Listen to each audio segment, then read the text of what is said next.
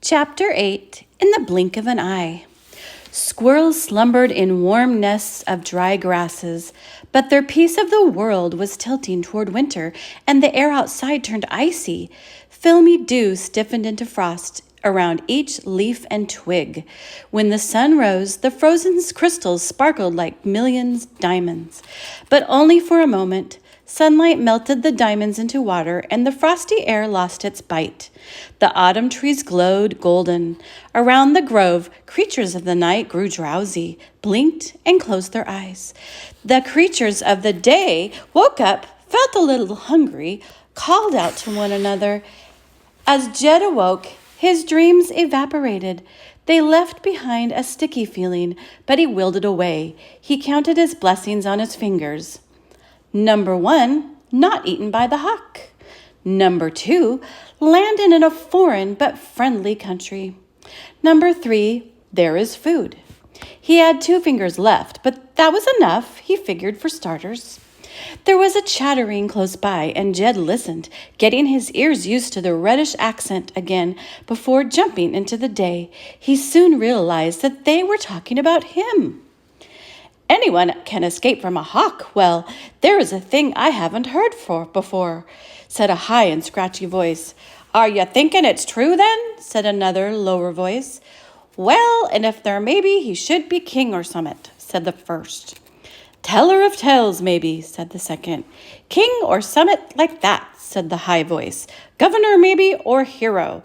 Been lucky don't make you a hero. It does if you ask me. Luck is catchy. No one asked you, though, did they? The voices moved out of Jed's hearing, and he smiled. It was going to be an interesting day. He took a deep breath, stepped outside, and looked around, and thought just for an instant that he saw 2 gray squirrels through a gap in the trees. Not any 2 gray squirrels, but his best friends, Chai and Sutsu. He blinked his eye. He rubbed them with his paws. Then he looked again. Sure enough, the gray squirrels were gone. His imagination. I didn't know I was such a sap, he said to himself. Before he could think about it further, 3 reddish squirrels joined him on his limb. They wanted to hear again the story of how he escaped from the hawk. Tell about the wolf, said a squirrel called F. Theirs wasn't no wolf, said Sam. Tell it then, said F. How you escaped and all. But first, the catching bit. The snatching bit is the start of it. They settled itself in the nearby branches to listen. It's nice when someone wants to hear your story, especially when you are in a strange new place. As Jed told it, more of the reddish squirrels drew close. Some of them shouted prompts when they thought he might be leaving something out. Maybe it was because they were sitting so still, mostly, that they heard a rumbling sound start up in the distance. It was an unnatural sound which rose and fell. Jed paused, and they all listened. Maybe it's all us here, said Chuck, and we don't pay it no mind. They listened for a moment more, but no one could identify it. They decided it was too far away to worry about. Tell us about the escaping part, urged Sam. Then the best part. Teach us about the secret trick, said the escaping from the hawk's trick. It wasn't a trick exactly, Jed told them. It was a remembering everything I knew about hawks. It was trying to stay calm and focused. And, he said honestly, a lot of it was pure luck. The trick, they called out. Teach us the trick. They began to chant, the trick, thump. Teach us all the trick. The thumps were clapping and foot stomping. It wasn't much of a sound, just a beat. Then some of the squirrels began to feel that the point wasn't so much the trick, but that Jed wasn't sharing, and a second chant went up, mingling with the first. Share, thump, share, thump. Show us all how to do that slippery thing that helped you escape. Their hearts were in the right place, but they weren't very good at rhythm or rhyming. Even so, they kept at it, and Jed could see there was no getting out of it. He jumped to the ground, and everyone followed. He told them to form a circle around him. First, they did some stretches. They took deep breaths, and after that, he instructed them to first tense up with all their muscles and then relax them. A crash course in high tree. Like water, he kept saying. Make your muscles like water and you can slip through the cracks. The squirrels swayed and bobbled as they tried to figure out how to be like water. Die me like a raindrops or be as Mary Brook, said Sam, undulating his arms gracefully. Is being raindrops, he said, and he was. She was kicking up her hind feet and landing on her bum. If have to be an old big crack, she said. I ain't slipping through nothing just yet. A sweet pawn, said Chikra, who was curled up into a circle on the ground. She yawned and then started to laugh. A be a pawn too, then, said Looks safer. Chuck concentrated on the tensing up, then relaxing exercise. He ignored the bunny hop line of bouncing squirrels that was forming. Bunch of twits, he murmured. We air but mere drops in the mighty stream, said Sam, sang out from the hopping queue. Things were falling apart fast. Jed didn't really care, but he thought he'd try to at least wrap it up. Okay, he shouted. The bouncing line was traveling in a circle around him, but he was able to get everyone to turn and to face him. One last time, he said, we'll all do it together, and don't get up until I tell you. 1, 2, 3, be like water. All of the squirrels fell to the ground in a limp. A couple of them fell asleep. It was a good thing no hawk was in the vicinity. It would have been an all-you-can-eat squirrel buffet. After a minute, squirrels started quivering and suppressed laughter. Then Chikra jumped up and said, could do it now, all done, and off she went. That was it. Off they all went. But as they went about their business, squirreling around through the trees and gathering seeds and whatnot, they turned the high tree lesson into a game. One of them would shout, Be like water! And they would all fall from their branches and drop through the air. The game was to stay limp for as long as possible before flipping around and landing on your feet. The rumbling was closer now. It was a sound, and it was also a vibration.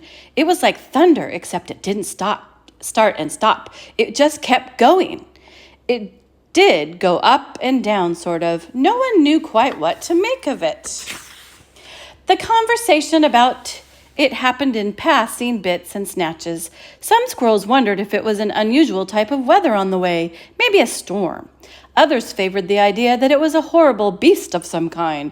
Storm of beast, said Sam to anyone who would listen. Neither is my top's favorite. And or morn, all said, shaking their heads. Unregardless, counseled Chuck. What's the best way to have lots of food stashed in lots of nooks? Everyone agreed with that, too. So they kept on with their gathering. And as long as you were gathering seeds, you might as well play Be like water. Squirrels fell to the trees like overpiped pine cones. Jed had to laugh. Everyone was laughing and falling.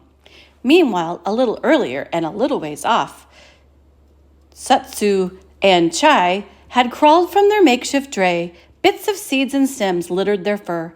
They took a few cautious steps and sniffed at the crisp autumn air. All around, leaves glowed green, golden, vermilion, scarlet, lemony, and amber.